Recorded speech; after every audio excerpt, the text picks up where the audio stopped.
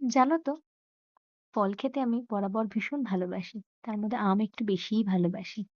তো জানি এখন আমের সিজন প্রায় শেষ বললেই চলে। তো এই শেষ সময়ে আমি একটু পাকা আম মাখা খাচ্ছি। আম মাখার ক্ষেত্রে কাঁচা আমটাই বেশি প্রচলিত। তবে পাকা আম খেতে কিন্তু দারুণ লাগে। কারা, কারা খেয়েছো আমায় জানিও, হ্যাঁ?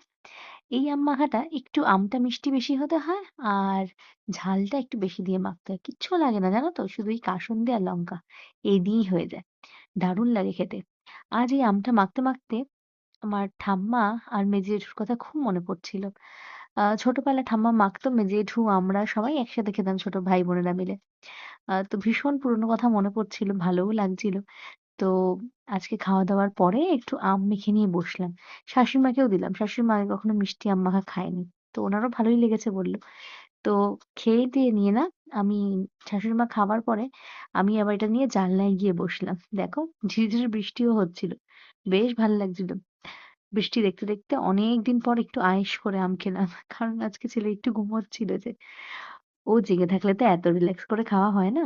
তো যাই হোক তোমাদের কেমন লাগলো অবশ্যই কমেন্ট করে জানিও। আর তোমরা অবশ্যই খেও পারলে। আশা করছি ভালো লাগবে।